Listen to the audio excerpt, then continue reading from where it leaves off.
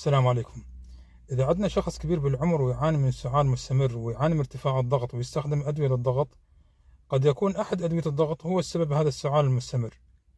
في مجموعة دوائية من الأدوية اللي تستخدم لمعالجة الضغط قد تسبب لنا السعال الجاف مع الاستخدام المديد، وهي هاي اسم المجموعة Angiotensin Converting Enzyme Inhibitor أو مثبطات الإنزيم المحول للأنجيوتنسين.